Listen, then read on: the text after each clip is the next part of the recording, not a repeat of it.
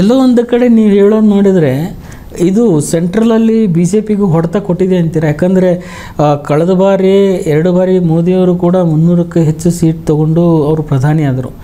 ಈಗ ಅದು 242 ಇಳಿತು. ಅದ್ರ ಬಗ್ಗೆ ಹೇಳೋದಾದರೆ ಖಂಡಿತ ಎಲ್ಲೋ ಒಂದು ಕಡೆ ಅದನ್ನು ಏಟ್ ಆಗಿದ್ರು ಆಗಿರೋದು. ಯಾಕಂದರೆ ನೋಡಿ, ನಮ್ಮ ಇಂಡಿಯಾ ಉದಾಹರಣೆ ತೊಗೊಂಡಾಗ ಸುಮಾರು 18-20 ಕೋಟಿ ಮೈನಾರಿಟೀಸು ಮುಸ್ಲಿಮ್ಸ್ ಇದ್ದಾರೆ ಅಂದ್ಕೊಳ್ಳಿ. ಎಲ್ಲಿ ಹೋಗ್ಬೇಕು ಅವರು? ಪಾರ್ಟ್ ಆ್ಯಂಡ್ ಪಾರ್ಸಲ್ ಆಫ್ ನಮ್ಮ ದೇಶ. ಅವನ್ನ ಓಡಿಸ್ಲಿಕ್ಕಾಗುತ್ತಾ? ಅದರಲ್ಲಿ ನಾವು ಆ ಒಂದು ಧರ್ಮ ಅನ್ನೋದು ಬೆರೆಸಿ ರಾಜಕೀಯ ಮಾಡೋದು ಎಷ್ಟು ಮಟ್ಟಿಗೆ ಸರಿ? ಆ ಒಂದು ದಿಶೆಯಲ್ಲಿ ಬಿ ಜೆ ಪಿ ಪಕ್ಷ ನಿಜವಾಗಲೂ ಅದು ತಪ್ಪು ದಾರಿ ಅಂತ ನಾನು ಹೇಳಲಿಕ್ಕೆ ಇಷ್ಟಪಡ್ತೀನಿ. ಸರ್, ಈಗ ಮೋದಿಯವರು ಒಂದು ಹೊಸ ಕಾನ್ಸೆಪ್ಟ್ ತಂದಿದ್ದಾರೆ, 1 ನೇಷನ್ 1 ಎಲೆಕ್ಷನ್ ಅಂತ. ಇದು ಹೇಗೆ ನೀವು ಅದು ಒಂದು ಥರದಲ್ಲಿ ನನ್ನ ಮಟ್ಟಿಗೆ ಹೇಳೋದಾದರೆ ಒಳ್ಳೆಯದೇ. ಅದು ಈಗ ಒಂದು ಇಂಥ ಒಂದು ಬೃಹತ್ ದೇಶದಲ್ಲಿ ಒಂದು ಎಲೆಕ್ಷನ್ ಪ್ರೋಸೆಸ್ ಅಂದರೆ ಪ್ರತಿಯೊಂದು ಸಣ್ಣದಕ್ಕೂ ಇದು ಅಸೆಂಬ್ಲಿ ಎಲೆಕ್ಷನ್ನೇ ಯಾವಾಗೋ ಒಂದು ಸರಿ, MP ಎಲೆಕ್ಷನ್ ಯಾವಾಗೋ ಒಂದು ಸರಿ ಅಂತಂದಾಗ ಒಂದು ಅಗಾಧವಾದಂಥ ಖರ್ಚು ಹೊರೆ ಇರುತ್ತೆ. ಅದನ್ನು ಒಂದು ಇಂಪ್ಲಿಮೆಂಟೇಷನ್ ಆದರೆ ಖಂಡಿತ ಅದನ್ನು ಒಪ್ಪಬೇಕಾದಂಥದ್ದು. ಅಂದರೆ ನಿಮ್ಮ ಪ್ರಕಾರ ಬಿ ಜೆ ಪಿ ಹೊರತುಪಡಿಸಿ ಮೋದಿಯವರ ಕೆಲವೊಂದು ವಿಚಾರಧಾರೆಗಳಿಗೆ ನೀವು ಸಹಮತ ಇದೆ? ಖಂಡಿತ ಅದರಲ್ಲಿ 2 ಮಾತಿಲ್ಲ ಸರ್. ಅದನ್ನು ಹೊರತುಪಡಿಸಿ ಈಗ ನೆಕ್ಸ್ಟ್ ತಮ್ಮ ರಾಜಕೀಯ ಈ ಒತ್ತಡ ಜೀವನದಲ್ಲಿ ಕುಟುಂಬಕ್ಕೆ ಹೇಗೆ ಸಮಯ ಕೊಡ್ತೀರಾ? ತಮ್ಮ ಕುಟುಂಬದ ಬಗ್ಗೆ ಹೇಳೋದಾದರೆ ಕುಟುಂಬಕ್ಕೆ ಹಾಗಾಗಿ ನಾವೊಂದು ಒಂದು ಒಳ್ಳೆಯ ಸ್ಥಿತಿಲಿರೋದ್ರಿಂದ ಅಂಥ ಏನು ತೊಂದರೆ ಇದೆಲ್ಲ ಕುಟುಂಬಕ್ಕೆ ಎಷ್ಟು ಸಾಧ್ಯ ಅಷ್ಟು ಕೊಟ್ಟು ರಾಜಕೀಯದಲ್ಲೂ ಗುರ್ಸ್ಕೊಂಡು ಈಗ ಜವಾಬ್ದಾರಿಗಳೆಲ್ಲ ತೀರಿಸ್ಕೊಂಡಿದ್ದೀವಿ. ಈಗ ಮಗ ದುಡಿತಾ ಇದ್ದಾನೆ, ಅವನ ಪಾಡಿಗೆ ಅವನು. ಮಗಳು, ನನಗಿರೋದು 2 ಮಕ್ಕಳು. ಸೊ ನನ್ನ ಸಹಧರ್ಮಿಣಿ ಭಾಳ ಸಹಕಾರ ಕೊಡ್ತಾರೆ. ಹಾಗಾಗಿ ನನಗಂಥ ಕಷ್ಟ ಅನಿಸ್ಲಾರ್ದು. ಸರ್, ಇವತ್ತಿನ ರಾಜಕೀಯ ಮತ್ತು ತಾವು ಮೊದಲು ಏನು ಹೆಂಗಾಗಿ ರಾಜಕೀಯಕ್ಕೆ ಸಹಕಾರ ಕ್ಷೇತ್ರದಿಂದ ಬಂದರೋ ಅವತ್ತಿನ ರಾಜಕಾರಣಕ್ಕೆ ಇವತ್ತು ರಾಜಕೀಯಕ್ಕೆ ಹೋಲಿಸಿದಾಗ ರಾಜಕೀಯಕ್ಕೆ ಬರೋರಿಗೆ ಏನು ಹೇಳ್ತೀರಾ? ಇವತ್ತು ರಾಜಕೀಯ ದುಡ್ಡಿಲ್ಲದೆ ರಾಜಕೀಯ ಇಲ್ಲ ನಮ್ಮ ಮಟ್ಟಕ್ಕೆ ಅಂತ ಆ ಸ್ಥಿತಿಗೆ ತಲುಪಬಾರ್ದಾಗಿತ್ತು. ಅಷ್ಟರ ಮಟ್ಟಿಗೆ ಕೆಟ್ಟಿದೆ ರಾಜಕೀಯ ಪರಿಸ್ಥಿತಿ. ಆ ವ್ಯವಸ್ಥೆನೇ ಬೇಸಿಕಲಿ ಕೆಟ್ಬಿಟ್ಟಿದೆ. ಹಾಗಾಗಿ ಹಂಗನ್ಬಿಟ್ಟು ರಾಜಕೀಯಕ್ಕೆ ಬರಲೇಬಾರ್ದು ಅಂತಲ್ಲ, ಅದನ್ನು ಶುದ್ಧೀಕರಣ ಆಗಬೇಕು. ರಾಜಕೀಯಕ್ಕೆ ಒಳ್ಳೊಳ್ಳೆ ಜನಗಳು ಬರಬೇಕು, ಎಜುಕೇಟೆಡ್ಸ್ ಬರಬೇಕು. ಏನೇ ಒಂದು ವ್ಯವಸ್ಥೆ ಇದೆಯೋ ಅದನ್ನು ಸರಿದ ದಾರಿಯಲ್ಲಿ ಹೋಗಬೇಕು. ಆ ದಿಕ್ಕಿನಲ್ಲಿ ಎಲ್ಲರೂ ಯೋಚನೆ ಮಾಡಬೇಕು. ಅದು ನಮ್ಮ ಕರ್ತವ್ಯ ಕೂಡ. ಒಳ್ಳೊಳ್ಳೆ ಜನ ಬರಬೇಕು ರಾಜಕೀಯಕ್ಕೆ. ಈಗ ತಾವು ಕೂಡ ಸುಮಾರು ಸೋಷಿಯಲ್ ವರ್ಕ್ ಮಾಡಿದ್ದೀರಾ ಕೊರೋನಾ ಅಂತ ಸಮಯದಲ್ಲಿ.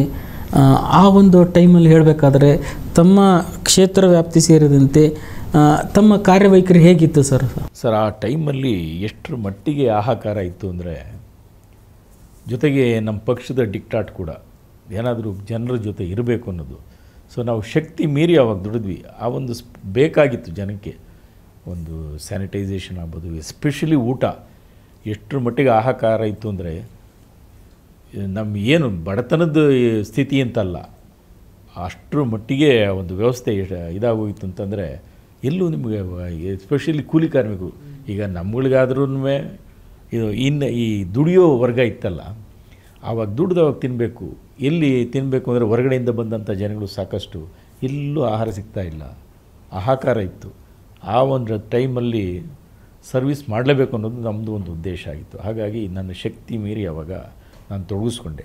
ಊಟ ಕೊಡೋದಾದ್ರೆ ಆಗ್ಬೋದು, ಕಂಟಿನ್ಯೂಸ್ ಆಗಿ ಸುಮಾರು. ಜೊತೆಗೆ ಕೊನೆಗೆ ನಾವು ಇಸ್ಕಾನ್ ಜೊತೆ ಒಡಗೂಡಿ ಇಸ್ಕಾನ್ದು ಟೈಅಪ್ ಆಗಿ ಇಸ್ಕಾನ್ಗೆ ಒಂದಷ್ಟು ಡೊನೇಷನ್ಸ್ ಅದು ಇದು ಕೊಟ್ಟು ಪಾಪ ಕೊಟ್ಟರು. ಅವಾಗ ಇನ್ನೊಂದು ಏನಂದರೆ ಸ್ಕೂಲು ಕಾಲೇಜುಗಳು ಯಾವುದು ಇರಲಿಲ್ವಲ್ಲ.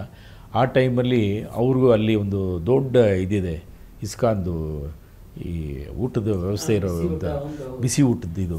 ಸೊ ಹಂಗಾಗಿ ಅದನ್ನು ಚೆನ್ನಾಗಿ ಉಪಯೋಗಿಸ್ಕೊಂಡ್ವಿ ನಾವು. ಫಾರ್ ಎಕ್ಸಾಂಪಲ್ ಉದಾಹರಣೆ ಹೇಳಬೇಕು ಅಂದರೆ, ನಮ್ಮ ವಾರ್ಡ್ ಒಂದಕ್ಕೆ ಒಂದು 20-25 ಬಾಕ್ಸ್ ತರಿಸ್ತಾಯಿದ್ವಿ ಪ್ರತಿ ದಿವಸ. ಸಾಕಷ್ಟು ಸಾವಿರಾರು ಜನ ಊಟ ಮಾಡೋರು. ಸುಮಾರು 10-11 ತಿಂಗಳು ಅಟ್ಲೀಸ್ಟ್ ದಿವಸಕ್ಕೆ ಒಂದು ಊಟ ಅಂತ ಕಾಯೋರು ಸರ್ ಜನಗಳು. ಆ ಟೈಮಲ್ಲಿ ಅಯ್ಯೋ ಬರುತ್ತೆ ಈ ಟೈಮಲ್ಲಿ ಅಂತ. ಅದಕ್ಕೆ ಒಂದು ಸಪ್ರೇಟ್ ವ್ಯವಸ್ಥೆನೇ ಮಾಡಿ ವೆಹಿಕಲ್ ಮಾಡಿ ತಂದು ಡಿಸ್ಟ್ರಿಬ್ಯೂಟ್ ಮಾಡ್ತಾಯಿದ್ವಿ. ಸರ್, ಇವತ್ತಿಗೂ ತಮ್ಮ ಕಚೇರಿನ ಹುಡ್ಕೊಂಡು ಬರ್ತಾರೆ. ಕ್ಷೇತ್ರದಲ್ಲಿರುವ ಮತದಾರರಾಗಿರ್ಬೋದು, ಸಾರ್ವಜನಿಕರಾಗಿರ್ಬೋದು, ತಾವು ನಿಸ್ವಾರ್ಥ ಸೇವೆಯನ್ನು ಮಾಡ್ತಾಯಿದ್ದಾರೆ. ಈ ಸೇವೆಯಲ್ಲಿ ನಾನು ಮಾಡಿದ್ದು ಸರಿ ಇದೆ ಅಂತ ಯಾವತ್ತಾದ್ರೂ ನಿಮಗೊಂದು ಕೃತಜ್ಞತಾ ಭಾವ ಅದು ಕಾಡ್ತಾ? ಖಂಡಿತ ಇದೆ ಸರ್, ಯಾವುದೂ ಆ ಥರ ಕಾಡ್ತಾ ಇಲ್ಲ. ಯಾಕಂದರೆ ಸೇವೆ ಆ ಹೆಸರಿನಲ್ಲೇ ಇದೆ. ನಂದು ಮೊದಲಿಂದ ನನಗೊಂದು ವೀಕ್ನೆಸ್ ಅಂತ ಹೇಳಿದ್ರೂ ತಪ್ಪಾಗಲಾರ್ದು. ಅದೇನೋ ಮೊದಲಿಂದ ರಾಜಕೀಯಕ್ಕೆ ಬಂದೆ ಅನ್ನೋ ಉದ್ದೇಶದಿಂದ ಅಂತಲ್ಲ, ಮೊದಲಿಂದ ಎಷ್ಟು ಸಣ್ಣ ಪುಟ್ಟ ಸರ್ವಿಸ್, ನಂದು ಒಂದು ಸೇವೆ ಮಾಡೋದು, ಬಡಬಗ್ಗರಿಗೆ ನಮ್ಮ ಕೈಲಾದಂಥ ಸರ್ವಿಸ್ ಕೊಡುವಂಥದ್ದು ಮೊದಲಿಂದ ಬಂದಿದೆ. ನಂದು ಅದು ಹುಟ್ಟುಗುಣ ಅಂತಲೇ ಹೇಳಬೇಕು. ಈವನ್ ನಮ್ಮ ಫ್ಯಾಮಿಲಿಯಲ್ಲೇ ಬಂದಿರುವಂಥ ಇದದು. ಹಾಗಾಗಿ ನಾನೇನು ದೊಡ್ಡ ಇದರ ಸ್ತರದಲ್ಲೆಲ್ಲ ಎಷ್ಟು ಸಾಧ್ಯ ಅಷ್ಟು ನಮ್ಮ ಕೈಲಾದಂಥ ಸರ್ವೀಸು ನಾನು ಮೊದಲಿಂದ ಬಂದುಬಿಟ್ಟಿದ್ದೆ. ಅದು ರೈಟ್ ಸರ್. ಈಗ ಇಷ್ಟೆಲ್ಲದ್ರ ಮಧ್ಯೆನೂ ಕೂಡ ಒಬ್ಬ ಮನುಷ್ಯನಿಗೆ ತಮ್ಮದೇ ಆದ ಒಂದು ಆಸೆ ಆಕಾಂಕ್ಷೆಗಳಿದ್ದೇ ಇರುತ್ತೆ. ರಾಜಕಾರಣವನ್ನು ಬರೋರೆಲ್ಲರೂ ಏನು ಹೇಳ್ತಾರೆ, ನನಗೂ ಹುದ್ದೆ ಸ್ಥಾನಮಾನ ಬೇಕು ಅನ್ನೋ ಒಂದು ನಿಟ್ಟಿನಲ್ಲಿ ಯೋಚನೆ ಮಾಡ್ತಾರೆ. ಅಂಥವ್ರಿಗೆ ಏನು ಕಿವಿ ಮಾತು ಹೇಳ್ತೀರಾ? ಮತ್ತು ತಮ್ಮ ಮುಂದಿನ ರಾಜಕೀಯ ಸ್ಥಾನಮಾನಗಳ ಬಗ್ಗೆ ಸ್ವಲ್ಪ ಬೆಳಕು ಚೆಲ್ಲೋದಾದರೆ ಪಕ್ಷದ ವತಿಯಿಂದ? ಇಲ್ಲ, ಪಕ್ಷ ಗುರ್ಸಿದೆ, ಸಾಕಷ್ಟು ಜವಾಬ್ದಾರಿ ಕೊಟ್ಟಿದೆ, ಅಧಿಕಾರ ನಂದೊಂದು ಒಂದು ಆಸೆ ಏನಂದರೆ, ನನ್ನ ಒಂದು ಕಾರ್ಯಕ್ಷೇತ್ರ, ಒಂದು ಸರ್ವೀಸ್ ಏನಿದೆ, ಒಂದು ಅಧಿಕಾರ ಅಂತ ಸಿಕ್ಕಿದಾಗ ಅದು ವಿಸ್ತರಣೆಗೊಳ್ತದೆ. ಆ ಒಂದು ದಿಕ್ಕಿನಲ್ಲಿ ನನ್ನ ಆಸೆ ಅಷ್ಟೇ. ನಾನೇನೋ ಒಂದು ಅಧಿಕಾರ ಅನುಭವಿಸ್ಬೇಕು ಅಥವಾ ಏನೋ ದೊಡ್ಡ ಮಟ್ಟದಲ್ಲಿ MLA ಆಗಬೇಕು, ಮಿನಿಸ್ಟರ್ ಆಗಬೇಕು ಅನ್ನೋ ಉದ್ದೇಶ ಅಲ್ಲ. ಯಾವುದೇ ಒಂದು ರಾಜಕೀಯ ಅಧಿಕಾರ ಸಿಕ್ಕಿದ್ರೆ ಸರ್ವಿಸ್ ಮಾಡಲಿಕ್ಕೆ ಚೆನ್ನಾಗಿ ಒಳ್ಳೆ ಅಲ್ಲ. ಈಗ ಕೆಲವೊಬ್ರು ರಾಜಕೀಯ ನಾಯಕರು ಹೇಳ್ತಾರೆ, ನಾನು ಸನ್ಯಾಸಿ ಅಲ್ಲ, ನನಗೆ ನನ್ನದೇ ಆದ ಒಂದು ಇದೆ, ನಾನು ಮುಂದೆ ಬರಬೇಕು, ನಾನು ಇಂಥ ನಾಯಕರಾಗಬೇಕು ಅನ್ನೋರಿಗೆ ತಮ್ಮ ಕಿವಿ ಮಾತೇನು ಹೇಳ್ತೀರಾ? ನಾಯಕರಾಗಲಿ, ಬರಲಿ, ಮುಂದೆ ಬರಲಿ, ಬಟ್ ಪ್ರತಿಯೊಬ್ಬನೂ ಉದ್ದೇಶ ಇಟ್ಕೊಂಡು ದುರುದ್ದೇಶದಲ್ಲಿ ಬರಬಾರ್ದು.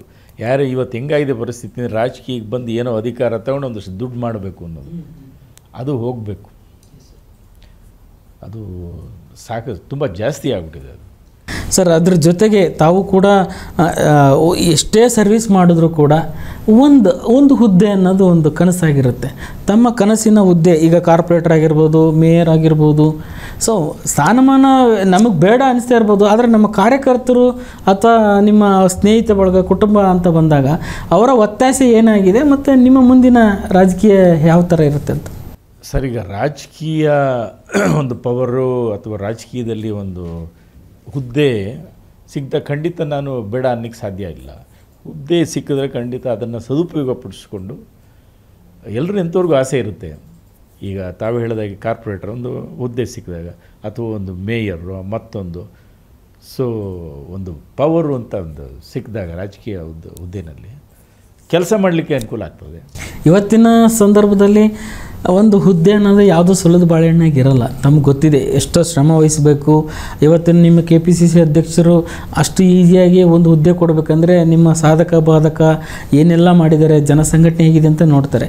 ಆ ವಿಚಾರದಲ್ಲಾದಾಗ ಮತ್ತು DK ಶಿವಕುಮಾರ್ ಅವರ ಸಹವರ್ತಿಗಳು, ನಿಕಟವರ್ತಿಗಳಾಗಿರ್ಬೇಕಾದಾಗ ನಿಮಗೆ ಎಲ್ಲೋ ಒಂದು ಕಡೆ ಅನಿಸ್ತಾ ಇದೆ, ನಾನು ರೀಚ್ ಆಗ್ತೀನಿ ನನ್ನ ಗೋಲ್ ಅಂತ? ಖಂಡಿತ ಕಾಯಬೇಕು. ಹೌದು, ಏಕೆಂದರೆ ನಾನು ರಾಜಕೀಯಕ್ಕೆ ಬಂದು ಒಂದು 15 ವರ್ಷದಿಂದ ಸಕ್ರಿಯವಾಗಿ ರಾಜಕೀಯದಲ್ಲಿ ತೊಡಸ್ಕೊಂಡಿದ್ದೀನಿ. ನೋಡೋಣ, ಈಗ ನಮ್ಮ ಸರ್ಕಾರ ಇದೆ, ನನಗೂ ಒಂದು ಆಕಾಂಕ್ಷೆ ಇದೆ, ಏನಾದರೂ ಒಂದು ಒಳ್ಳೆಯ ಹುದ್ದೆ ಸಿಕ್ಕಿದಾಗ ಖಂಡಿತ ಸರ್ವಿಸ್ ಮಾಡಲಿಕ್ಕೆ. ಅದಕ್ಕೆ ಮೊನ್ನೆಲ್ಲ ಇನ್ಫ್ಯಾಕ್ಟ್ ನಮ್ಮ ಪಕ್ಷ ಕೂಡ ಕರೆದು ಕೆಲವನ್ನೆಲ್ಲ ಗುರುತಿಸಿ ಮಾಡಬೇಕು. ಕಾರ್ಯಕರ್ತರು ಕೂಡ ಈಗ ಒಂದು ಬ್ಲಾಕ್ ಲೆವೆಲಲ್ಲಿ ಎಲ್ಲ ಅಧ್ಯಕ್ಷರು ಎಂಟೈರ್ ಸ್ಟೇಟ್ ಒಂದು ಮೀಟಿಂಗ್ ಕರೆದು ಆ ಒಂದು ದಿಶೆಯಲ್ಲಿ ಇನ್ನೂ ಅದು ಸಫಲತೆ ಕಂಡಿಲ್ಲ. ಕೊಡ್ಬೋದು ಕೆಲಸ ಮಾಡಿದಂಥವ್ರಿಗೆ. ಆಶಾವಾದಿಯಾಗಿದ್ದೀರಾ? ಖಂಡಿತ ಖಂಡಿತ. ಸರ್, ಕೊನೆಯದಾಗಿ ಒಂದು ರ್ಯಾಪಿಡ್ ಫೈರ್ ಇರುತ್ತೆ. ಒಂದು 5 ಜನ ಹೆಸರು ತೊಗೊಳ್ತೀನಿ, ಜಸ್ಟ್ 1 ವರ್ಡಲ್ಲಿ ಅವ್ರ ಬಗ್ಗೆ ನೀವು. ಈಗ ಮೊದಲನೇದಾಗಿ ನರೇಂದ್ರ ಮೋದಿ ಅವ್ರ ಬಗ್ಗೆ. ಸರ್, ಮೋದಿಯವರು ನೋ ಡೌಟ್ ಒಳ್ಳೆಯ ಮನುಷ್ಯ ಅಂತಲೇ ಹೇಳಬೇಕು, ನಿಸ್ವಾರ್ಥಿ ಅಂತಲೇ ಹೇಳಬೇಕು. ಆದರೆ ಕೆಲವು ನಡೆಗಳು ಸರಿ ಇಲ್ಲ ಅಂತ ನಾನು ಹೇಳಿ. ಫಾರ್ ಎಕ್ಸಾಂಪಲ್ಲು ಈಗ BJP ಇದರಲ್ಲಿ ಈಗ ನಮ್ಮ ಸ್ಟೇಟ್ಗೆ ತಗೊಳ್ಳಿ, ಈಗ ಬೇರೆ ಪಕ್ಷದಲ್ಲಿದ್ದಾಗ ಆಪೋಸಿಷನ್ ಇನ್ನೊಂದು ಪಕ್ಷ, ಈ ಕಾಂಗ್ರೆಸ್ ಪಕ್ಷ ಇದ್ದಾಗ ಒಕ್ಕೂಟ ವ್ಯವಸ್ಥೆಯಲ್ಲಿ ಆಯಾ ರಾಜ್ಯಕ್ಕೆ ಏನು ತಲುಪಬೇಕೋ ಅದು ನ್ಯಾಯಯುತವಾಗಿ ತಲುಪಬೇಕು. ಅದರಲ್ಲಿ ಭಾಳ ಎಡವ್ತಾ ಇದ್ದಾರೆ ಮೋದಿಯವರು. ಅಂದರೆ ಮಲ್ತಾಯಿ ಧೋರಣೆ. ಖಂಡಿತ ಮಲ್ತಾಯಿ ಧೋರಣೆ ಅಂತಲೇ ಹೇಳಬೇಕು. ಅದು ಆ್ಯಸ್ ಎ ಪಾರ್ಟ್ ಆದರೂ ಕೂಡ ಇದು ಅಂದರೆ ನಮ್ಮ ರ್ಯಾಪಿಡ್ ಫೈರ್ ಅಂದರೆ ಜಸ್ಟ್ ಅವ್ರ ಬಗ್ಗೆ 1 ವರ್ಡ್. ಈಗ ಸಿದ್ದರಾಮಯ್ಯನವರು ನೋ ಡೌಟ್ ಒಬ್ಬ ರಾಜಕೀಯ ಮುತ್ಸದ್ದಿ, ಒಳ್ಳೆಯ ರಾಜಕಾರಣಿ, ತುಂಬ ಬ್ರೈನಿ ತಲೆ ಇರೋವಂಥ ರಾಜಕಾರಣಿ. ಅವರ ನಡೆಗಳು ಯಾವತ್ತಿದ್ರೂ ಜನರ ಪರ ಇದೆ. ಡಿ ಕೆ ಶಿವಕುಮಾರ್ ಅವರು ಇತ್ತೀಚೆಗೆ ಅವರು ಮಾಗಿದಂತಹ ರಾಜಕೀಯ ವ್ಯಕ್ತಿ. ಮೊದಲಿದ್ದ ಅವರ ಒಂದು ಕೋಪದ ನಡೆ ಅವೆಲ್ಲನೂ ಕಡಿಮೆ ಮಾಡಿಕೊಂಡು ತುಂಬ ಚೆನ್ನಾಗಿ ಮುಂದುವರಿತಾ ಇದ್ದಾರೆ. ರಾಹುಲ್ ಗಾಂಧಿ ಖಂಡಿತ ಅವರು ಕೂಡ ಪ್ರಬುದ್ಧತೆ ಕಾಣ್ತಾ ಇದ್ದಾರೆ. ಇವಾಗ ಮೊದಲಿದ್ದು ಹುಡುಕ್ತನ ಇಲ್ಲ. ಒಂದಲ್ಲ ಒಂದು ದಿವಸ ನಮ್ಮ ದೇಶ ಆಳುವಂಥ ಒಂದು ಕೆಪಾಸಿಟಿ ಅವರಿಗಿದೆ. BY ವಿಜಯೇಂದ್ರ ಅವ್ರ ಬಗ್ಗೆ ಅಷ್ಟಾಗಿ ನನಗೆ ಗೊತ್ತಿಲ್ಲ. ಇನ್ನೂ ಪಾಪ ಅವ್ರು ಈಗ ತಾನೇ ಹಿ ಈಸ್ ಬಡ್ಡಿಂಗ್. ಯಡಿಯೂರಪ್ಪನವ್ರ ನೆರಳಲ್ಲೇ ಇದ್ದಂಗೆ ಕಾಣ್ತಾರೆ. Right sir. ಒಟ್ಟಾರೆ ಇಷ್ಟೊತ್ತು ನಮ್ಮ ಜೊತೆ ತಮ್ಮ ರಾಜಕೀಯ ಜೀವನದ ಪ್ರತಿಯೊಂದು ಯಶಸ್ಸು ಸೇರಿದಂತೆ ಎಲ್ಲವನ್ನು ಸಂಘಟನಾ ಶಕ್ತಿ ಮತ್ತು ಈಗಿರ್ತಕ್ಕಂಥ ನಮ್ಮ ಆಳುವ ಸರ್ಕಾರದ ಯೋಜನೆಗಳ ಬಗ್ಗೆ ವಿಸ್ತೃತವಾಗಿ ಸಮಗ್ರ ವಾಹಿನಿ ಜೊತೆ ಬಂದು ಹಂಚಿಕೊಂಡಿದ್ದಕ್ಕಾಗಿ ತಮಗೂ ಧನ್ಯವಾದಗಳು ಸರ್. ಧನ್ಯವಾದಗಳು. Thank you sir. ನೋಡಿದ್ರಲ್ಲ ವೀಕ್ಷಕರೇ, ಇವತ್ತಿನ ನಮ್ಮ ಅತಿಥಿ TN ರಾಧಾಕೃಷ್ಣ ಅವರು. ಸೊ ನಾನು ಮತ್ತು ನನ್ನ ರಾಜಕಾರಣದ ವಿಶೇಷ ಕಾರ್ಯಕ್ರಮಕ್ಕೆ ಅತಿಥಿಯಾಗಿ ಬಂದಿದ್ದರು. ಮತ್ತೊಬ್ಬ ಅತಿಥಿಯೊಂದಿಗೆ ಮುಂದಿನ ವಾರ ಮತ್ತೆ ಬರ್ತೀನಿ. ಧನ್ಯವಾದಗಳು. Thank you.